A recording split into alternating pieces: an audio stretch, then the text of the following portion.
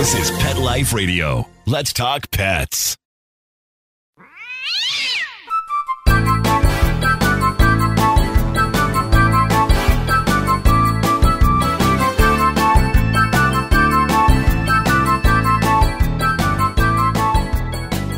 Hey there, cat lovers. Welcome to 9 Lives with Dr. Cat. I'm your host, Dr. Catherine Prim, and I am a small animal veterinarian and cat lover. So this show, to me, is all about making life better for cats and for the people who love them. And to that end, I have invited Tabitha Kucera to join me today. Tabitha is a registered veterinary technician as well as a certified cat behavior specialist. So we're going to talk a little bit today about some things you can do to make a huge impact on the health and well-being of your cat. So we'll be right back with Tabitha. We'll be back. Molly, here's your dinner. Zeus, that's not your food. Don't let that happen to your precious cat. Elevate your cat's eating experience with the Cat Tree Tray. The Cat Tree Tray keeps your cat's food off the floor and conveniently located on the cat tree. It's the perfect way to eat. It's a beautiful wrought iron tray that easily attaches to your cat tree and keeps dogs and other critters out of your cat's dish. A must for multi-pet households. There's a 6-inch tray for large bowls and a 4-inch tray for smaller bowls. Purchase your Cat Tree Tray today. Go right now to cattreetray.com. That's cattreetray.com. cattreetray.com. Let's Talk Pets on PetLifeRadio.com.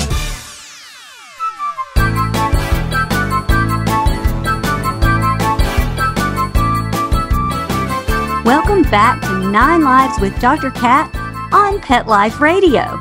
As I mentioned, I have Tabitha Kucera with me today. Hey, Tabitha. How are you? I am excellent. I'm really excited to talk about what we're going to talk about today because I think that it is something that really can impact the health and well-being of cats.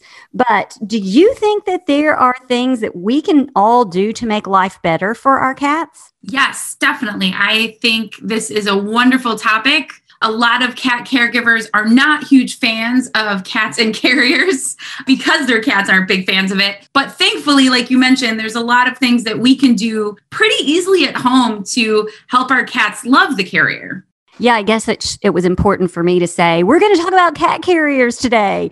From my perspective, trying to keep cats healthy and really happy, I want to see more cats. And I feel like even the ones that I do see sometimes come through the door of my animal hospital just yowling and just telling me, hey, I really, really hate my carrier. So that's why I wanted to talk about this topic today, because once they get to my exam room and I do all my fear-free things and they're walking around, they aren't yowling anymore. Do you ever wonder about the yowling or want to explain to people what that means?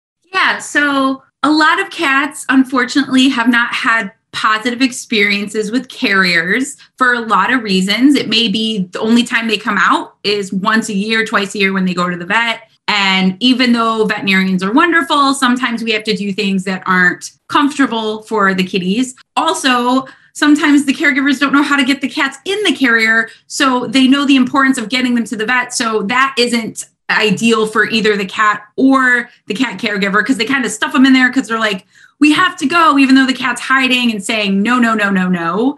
So unfortunately, a lot of cats aren't big fans of carriers. And what happens when they're fearful or stressed out, they will vocalize, which I'm sure many of you guys have experienced with your cats, even in the car or even just in the carrier right away. But as soon as they get in there, their eyes get dilated, their ears go back or to the side. They may start vocalizing and then even yowling, which is pretty severe distress. So I love that you mentioned that. So if your cat is exhibiting that kind of stress, definitely talk to your veterinarian about it. There's a lot of things they can do to help decrease stress, along with some of the tips we're going to talk about today to help your cat love the carrier. You know, it seems extreme, and I'm not sure everybody's ready to hear this, but in my opinion, a yowling cat is a suffering cat, and it is my job to reduce suffering, and yours as well. I don't think people realize. They just laugh and say, well, she doesn't like her carrier. It took me and my husband both to stuff her in there. We got kind of scratched up. That is suffering. And of course, a sick cat is suffering as well. And a cat that is not protected from intestinal parasites or infectious disease or whatever, that cat is suffering too. So we've got to find that happy place where we can get them in the carrier and get them to the vet and no one is suffering. Don't you agree? Definitely. Severe stress is no joke. I always joke when I'm lecturing to veterinarians or the general public, and I'm like, if I held up a fork and you went white like a ghost and ran away, I would not judge you or make fun of you. I would say you probably had some severe trauma to a fork. I don't know your learning history. And that really helps people understand, like, if you just lift your carrier up and your cat has a response to just run and hide, that is a severe fear response. Like, your cat is going through something, and we definitely don't want that, which you don't want that for your cats too. And like you mentioned, we don't see enough cats at the vet. They're the most popular pet, yet every year we see them less and less in the veterinary field. And that's very concerning. And I know a big part of that is the stress that caregivers have with traveling with their kitties, which is a big part plays with the carrier with that. I agree. And so the people that are listening to this show probably do see the value. If they've listened to my show, they do see the value of seeing a veterinarian, but maybe there are some of them that just kind of procrastinate it because they don't want to deal with it, the cat being stressed. And I want this conversation with you to make sure that people understand there are ways around this. We can get this done. It doesn't have to be this bad. So here we go. Here's my big question for you. If your cat is an adult cat and has already learned some fear of the carrier and you're already kind of dreading it, is it too late? Do you have to start when they're kittens? Never too late to learn. I'm 37 and I'm still learning. I'll be learning at 80. So it is never too late to help your kitties. And like you mentioned, when there is already a trauma there, we're going to introduce that carrier a little slower versus when they're kittens. Hey, let's just leave it around the house. Let's pair it with good stuff. So ideally, if you have kittens, you want to do that. But there's still things to do if your cat's afraid of the carrier. So what about where we work with the cat? I mean, does everybody out there have to come to, I think you're in Ohio. I don't know. Does everybody have to come to you, or where does this have to happen? Do they have to take the cat to the vet and just flood the cat with all these experiences? Let's talk a little bit about that. Yeah. So usually I like to break it down. And if, like, for example, if you are a cat caregiver that you just pick the carrier up and your cat runs, which unfortunately is a very common thing, that tells me your cat has a very severe fear response to that. So I tell my clients, first off, let's buy a new carrier. Let's just start with something new. And when it comes to choosing the right carrier, you always can go for like a $100 safety pod type carrier, but I know everyone can't afford those. So the larger plastic ones with the screws are really great. Doc and Phoebe has a new carrier out that kind of looks like a bed that unzips from the top as well. So I always tell my clients, hey, let's start with a new carrier. Let's make sure we have the right size. I know that sounds easy, but I'm sure you have also seen a lot of cat carriers where the cats can't turn around in, or they're putting more than one cat in the carrier. And that's never okay.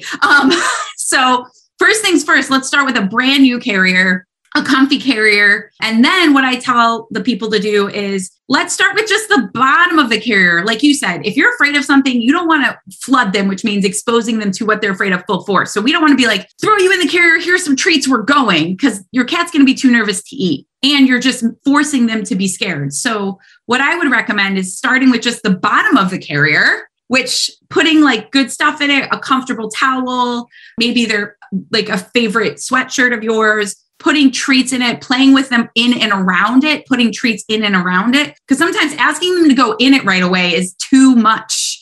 So we could start with just play around it and in it, and then also leaving that somewhere that you are a lot. So I love you cat peoples, but I love your cat room and I love that you have stuff in your basement, but your cat's resources should really be where you are because they love you and they're bonded to you. So I have a cat carrier under my desk because I'm in my office a lot. I have one in my office or one in my living room. So place the bottom of it in the living room. So not in a room that you're never in because they want to hang out with you. And then it becomes a resting spot. then we could slowly, and we're also kind of slowly acclimating them to it. So it's not full force. And the only time it comes out is not when you go to the vet. No wonder cats don't like the carrier. And then you can, if your cat's like hanging out in there, happily eating in there, then you can add the top, which again, it's best to get a carrier. Even with the screws, it takes the vet professionals 1 minute to take it apart. We shouldn't be pulling kitties out of carriers.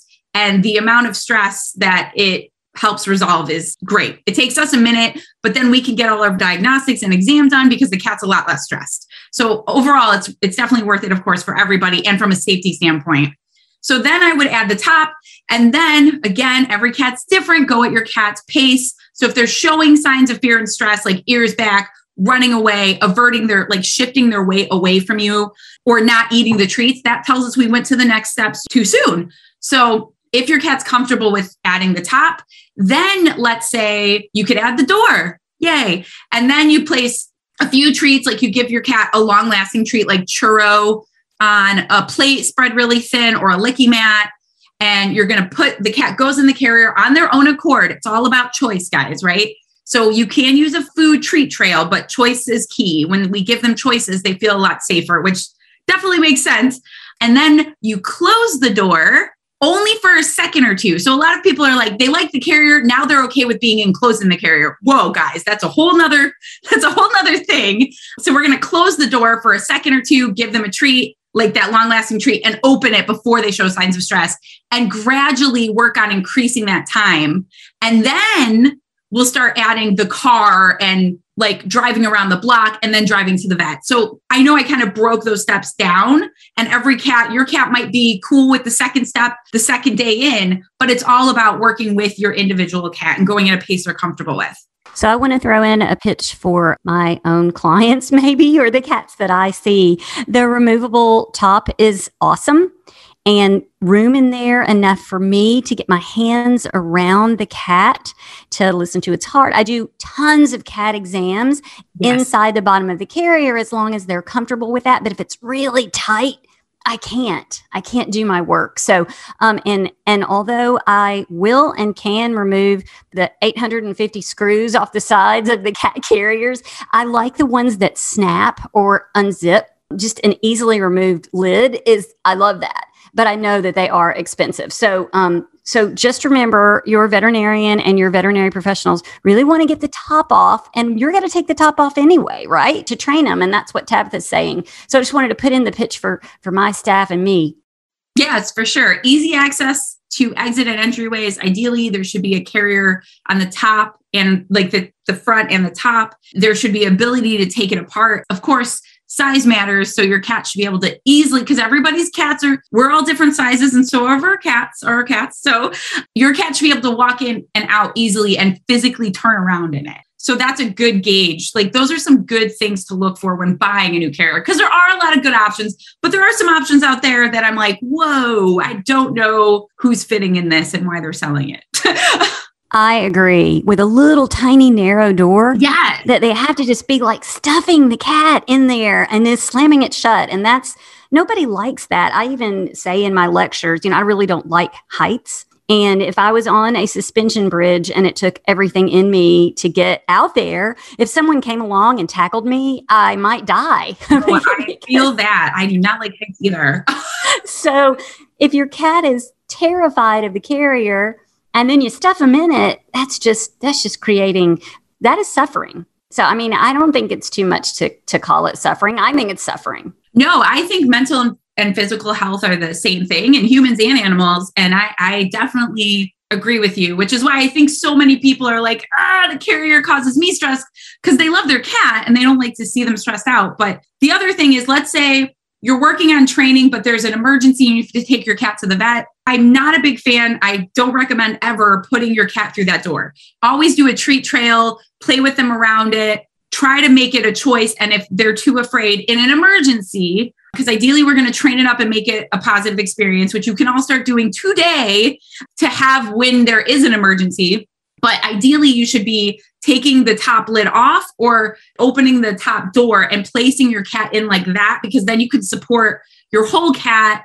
And we're not seeing the cat like a cartoon cat, like sticking out all four legs on that door that they don't fit into, you're scratched. I don't know. That door is not to put cats into unless they choose to go in on their own, because we all know how it looks. So if you do have to place your cat in a carrier, ideally take the top off and then place the top over it, or place them through the top hole, because that one is a better size. We're not squeezing them in something. I agree completely. Well, so here's a question for you. What about in a family where lots of people are the cat caregivers? Does the whole family need to take part in the carrier training? I am a big fan of consistency, but if, let's say, the whole family doesn't have the time, honestly, just buying a new carrier, which this takes barely any time for the client as well, buying a new carrier that talks like the appropriate, like a feline friendly carrier, like we discussed, placing it in an area that your family like regularly is in. So whatever room, like your family room, whatever room you guys are commonly in, make sure to place treats, catnip, and toys in the carrier, place familiar bedding in the carrier. And then if you happen to notice your cat going into the carrier on their own, walk over and give them a treat, like set up treat stations like close to you so you can easily get that treat and reinforce your cat for being in there. So that's a pretty simple thing. And that's a really fun game. You could, if you have younger kids, like let me know when you see the kitty in the carrier, and then they get to like give the cat a treat. It's just, I love working with kids, but there's a lot of fun ways you can have this be consistent, but really doesn't take much time. But again, if the whole family isn't involved, that's okay too, as long as consistency is key. But as long as the family isn't forcing the cat, we can't have the other family members forcing the cat into the carrier or creating a negative association with the carrier. Or, hey, I closed the door by accident and I forgot the cat was in there, and the cat was in there for an hour, stressed out as heck. We're going to have to go back a lot. So that's the only thing when it comes to the whole family being on board, which, to be fair, most people aren't going to cause a traumatic experience by accident with that. So that's a good thing, at least. I agree. I think probably important for the whole family to know you're working on it, but, just kind of let it evolve, I guess, and educate everybody. So let's take a real quick break and come back and talk a little bit more about this, because I'd like to give my listeners an idea of how fast to go through these steps and some other tips. So we'll be right back. For those fortunate to have experienced the deep bond and unconditional love of a companion animal, the death that follows can be one of the most difficult and misunderstood losses to go through. Many times, this devastating loss goes unrecognized and trivialized by family and friends, leaving grieving pet parents struggling to find healthy ways to cope with the loss. In And I Love You Still, a thoughtful guide and remembrance journal for healing the loss of a pet, Dr. Julianne Corbin calls attention to the difficulties unique to the loss of a beloved pet and provides an interactive and compassionate guide to help you process your loss and work towards coming to a place of peace and healing. For those interested in journal therapy and looking for a professionally written and compassionate resource to help understand and reconcile the grief associated with the loss of your pet, this book is for you. And I Love You Still, a thoughtful guide and remembrance journal by Julianne Corbin, is now available for purchase on Amazon and other major book retailers. Let's talk pets Let's talk pets on Pet Life Radio. Pet Life Radio. PetLifeRadio.com.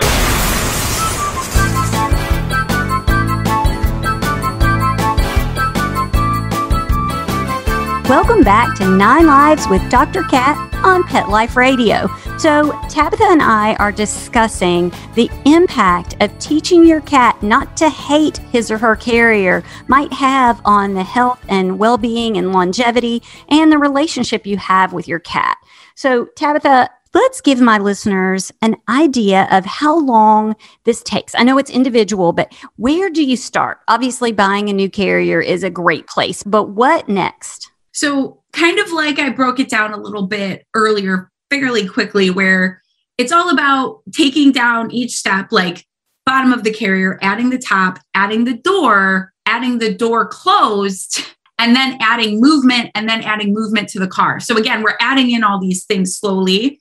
At each step, if your cat is exhibiting signs of stress or fear, that means you went a little too far, and we're going to just give them some treats and end on a positive note away from the carrier, because that's really important with these mini sessions. Because let's say you're going above and beyond, which I highly recommend, because when you have to take cats to the vet and it's not stressful, like my cats are trained to go into their carrier. We're already messes when our animals aren't feeling well. So the fact that my cat loves the carrier, I can't begin to tell you how wonderful that is when I'm stressing out about everything, especially as a vet tech, where I'm like, oh my God, everything's wrong with my cat.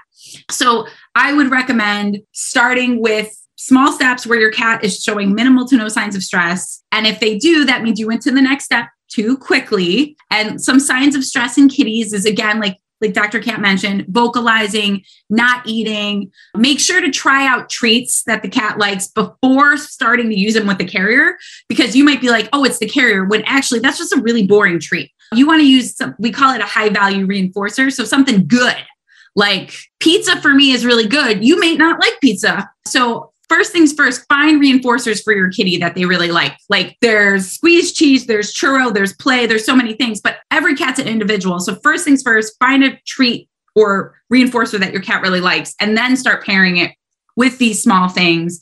And when it comes to adding the door being closed and the movement, you would, for example, your cat's comfortable going into the carrier on their own accord. Like you guys, they nap in there when you guys are watching TV. So then you're going to have a mini session. And what I mean by mini session, the great thing about training is it only takes 1 to 3 minutes. If you could do this every other day, that would be amazing. Or even a few times a week for 1 to 3 minutes, you have the cat go into the carrier by their own accord. And then, like I said, you'll close the door, give them treats, open the door. After 5 seconds, then maybe 30 seconds, then maybe 5 seconds again, and then maybe a minute. So we basically work on ping-ponging the time that they're with the door being closed. Then you might add, now that the cat's showing minimal to no signs of stress with the door closed, now we're going to lift it up and walk around the house. You could even go walk outside, which placing a towel over the carrier can help because it helps to minimize visual stimuli. And I highly recommend that, because you guys, when you're stressed out, everything's more intense. Think of the horror movies. Everything's more intense for that person in the closet waiting for the spooky ghost to get them. So you want to minimize visual stimuli. Feel Away can be helpful as a pheromone spray. Just remember to spray the towel and not the carrier with the cat in it, and spray the towel prior to placing over the cat, because it is have some alcohol in it. So it does need a few seconds to kind of dissipate that yucky smell that cats aren't fans of, so they can really take in that Feel Away. And then what you'll do is you'll place them in the back of your car, or I'm a big fan of placing the cat behind the passenger seat, because they're really sturdy. They're not shaking all around. And then it helps to set up the human for success, because you're not putting, because I know we might feel better sticking our fingers in there and saying, most cats do not like that. So not only are they sturdy and safe and not rocking all over the place, and then also we carry carriers from the bottom. Cats don't like roller coasters, just like me. So I know there's handles on carriers, guys, but it sends them on a roller coaster ride. So we carry your carriers from the bottom like a gentle package. Think of your cat as a beautiful package. And then you'll just give them a few treats in the car. And then you might give them a long lasting treat and drive around the block and then come home. So again, these are 1 to 3 minute sessions. And then by the time you work up to going to the vet, your cat's like, this is awesome. This is the best thing ever. So I really broke it down into those steps. And basically you might do 1 to 2 of those steps in 1 week, but it's all about watching your cat's body language and seeing where they're comfortable at. Okay. So for the record, I really love pizza. It is a high value treat for me. And I also see an absolute ton of cats in person, and I agree that each cat is an individual on the treats. So, but you know what? I think the listeners can make this fun. You can go on a treat grocery trip, and you can try different things. You mentioned churro, and I use a lot of squeezed cheese. I use a lot of Temptations treats. I don't really like pitching certain brands of things on this show, but there are certain things that work really well. So can you talk about maybe what should be on that grocery list for people that are about to embark on this carrier training journey? So I actually have a handout of cat reinforcers that I can send over to you to throw on the website, because I get asked about this so much, Dr. Cat. Like, people say things like, my cat doesn't like treats. which is why I wanted to make a point to mention, find out what your cat likes before you start training, because they'll be like, it's the carrier, when actually you're offering me a salad, guys. It's not reinforcing for me. So I do like churro. They do not sponsor me, even though they should. Jokes. But I do love churro, which is like a meat paste. It's very easy to travel with. I'm a huge fan of squeezed cheese, and then sometimes just smelly canned cat food. So like some of the cheaper kinds of, again, the smellier canned cat food. So not usually the kinds you're feeding, but it's just like my cats will just get it as a special treat on a licky mat during their drive. So kind of like how you guys would give your dogs a frozen Kong in the car, which is also a great idea. You basically have a licky mat for your kitty, which they exist, and your kitty gets a licky mat with some smashed canned food, a special canned food that they don't usually get. They only get a few tablespoons. They're going to be fine. It's great. You can also, I'm trying to think of the other, those three are very big hitters, because I like the treats too, like the chewable treats, like the Temptations and things like that. But in my experience, cats like the licky, smelly, gross stuff better. So I would probably use that stuff over the dry treats. But Temptations are great. They're a classic. Churro also has like little meat sticks that you can cut up into small pieces. And there's a lot of different knockoffs and brands of that. So it's just like little chewy things that, because that's the other thing, when you're training, you don't want a treat that's going to take them a minute to eat. So even with Temptations, I actually break them in half, even though some of the cats really love that Friskies party mix, which seems like the most boring treats to me, but some cats love them, which is why I always ask them, and they break up really nice. So you want that cat, you want to be able to reinforce that cat a lot, like when you're working on that door being closed or in the car, which is why I like the long lasting treat. But you can also just give them a treat like every 1 to 3 seconds for 30 seconds, and then work up to every 3 to 5 seconds. So breaking those, even, I know a Temptation's pretty small. It's not a lot of calories. Your cats will be okay, but you can break it up into 3 to 4 pieces and then reinforce them more, because the rate of reinforcement, which just means the amount of treats we give them in a session, does matter. Like if I'm doing a math problem, and back before I knew math really well, and the teacher doesn't tell me it's right until 10 minutes after, that's a problem. I'm going to get discouraged and frustrated because I don't like math. So you should be telling me I have the right idea, honestly, at the beginning of the problem for me. So that's really helpful for cats too. Yeah, you'd have to tell me all along the way that I was okay. Yeah.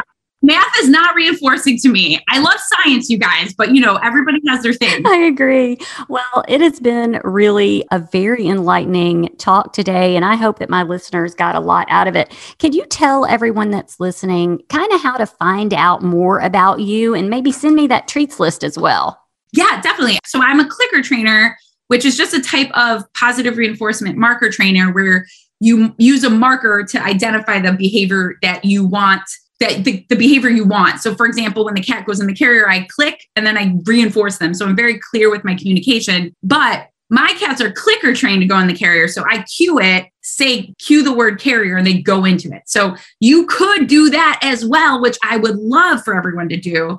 And I have a handout for that, which I will send Dr. Cat, because I would love to see all of you clicker training your kitties, and they would love it too. It's a great way to build a stronger bond, to keep your cat not bored, to exercise their brain. And it's just awesome. But you can find me on Facebook and Instagram at Chirrups and Chatter, and also chirrupsandchatter.com. I share a lot of cat and dog behavior tips and tricks, especially with vet visits, because just like Dr. Cat, cats loving the vet is a very special thing for me. I actually teach cooperative care to cats. So if you were into wanting your cat to happily accept medications or their insulin, you can train your cat to go to a mat on their own accord and happily accept the injection. But that's more of a in-depth training, which I highly recommend. But I like to mention it because a lot of people don't really think about it for cats, but you guys can do that too. Carrier training is a great start, though. Well, training cats can be life or death, and people don't really realize it. So that's why I wanted to talk about it. I'm not seeing enough cats. And what if it's just because the owners dread putting them in the carrier? I don't know. I just thought maybe we could help with that today. No, and I honestly, as someone that works in all the lovely fields, I think that that's a very, very, very big part. More so than some of the other things that, as veterinary professionals, I'm sure that those factors are contributing. But I really think the biggest part is the lack of education about the need for vet visits for kitties, like us thinking that they're like mysterious and aloof and they're going to be okay without ever being seen, which, as we all know, that is not the case at all. And also, I think the amount of stress it's just cliche, like my cat hates the vet. And that's just like you said, I'm going to joke about my cat hating the carrier. And that's, unfortunately, they're suffering, and that hurts all of our hearts. And it just makes everything more horrible. And then, like you said, the client might keep putting it off because, like, to be honest, they just don't want to see their cat stressed. But it doesn't have to be that way, and it doesn't take much work. So your cats can love the carrier for sure. So we can fix it, and we can see your cat and help keep them healthy and happy, actually. So this has really been a very, very good interview today. I really feel like we made a difference, and we explained some things that are doable for people and that can be fun. So thank you so much, Tabitha. Thank you so much for having me. Remember, you guys, your cats are super smart and they want to love their carrier. It's just we only pull it out when they go to the vet. So there's a lot of little things we could do that we talked about today that you can start this weekend. And they want to love their vet. Yes, they do. My cats love the vet, you guys. I am a vet tech and I have done the work, but I love some of my doctors too. And those human doctors do things that other doctors don't do. And now I make a point to go to those specific doctors. So like Dr. Cat, like fear-free and low stress handling vets are great. There's a lot of options, but if your cat shows up horribly stressed because the carrier and the car drive was super stressful, it just makes everything harder for everybody. And then I know I briefly mentioned this, but if your cat defecates or vomits in the car, again, that's that roller coaster ride. So make sure they're stable and you're carrying the carrier correctly, but talk to your veterinarian about pre-visit pharmaceuticals and antiemetics, which is just an anti-vomiting, along with, guys, you got to remember that, along with behavior mod, because there's no magic pill, you guys. And nothing works the same for every cat. Exactly. So yes, it is a definitely dynamic thing, but we want to help. And your veterinarians and your veterinary technicians and all the people that work with animals really just want to help. So thank you again so much. I hope you'll come back and talk with us about all things cat, really. Yes, thank you so much for having me. I could talk cats forever. Yes, me too. It's a good thing. So I also always want to thank my amazing producer, Mark Winter, because he makes this show meowbulous. And I want all my listeners to go out and have a perfect day. Let's Talk Pets, every week on demand, only on PetLifeRadio.com.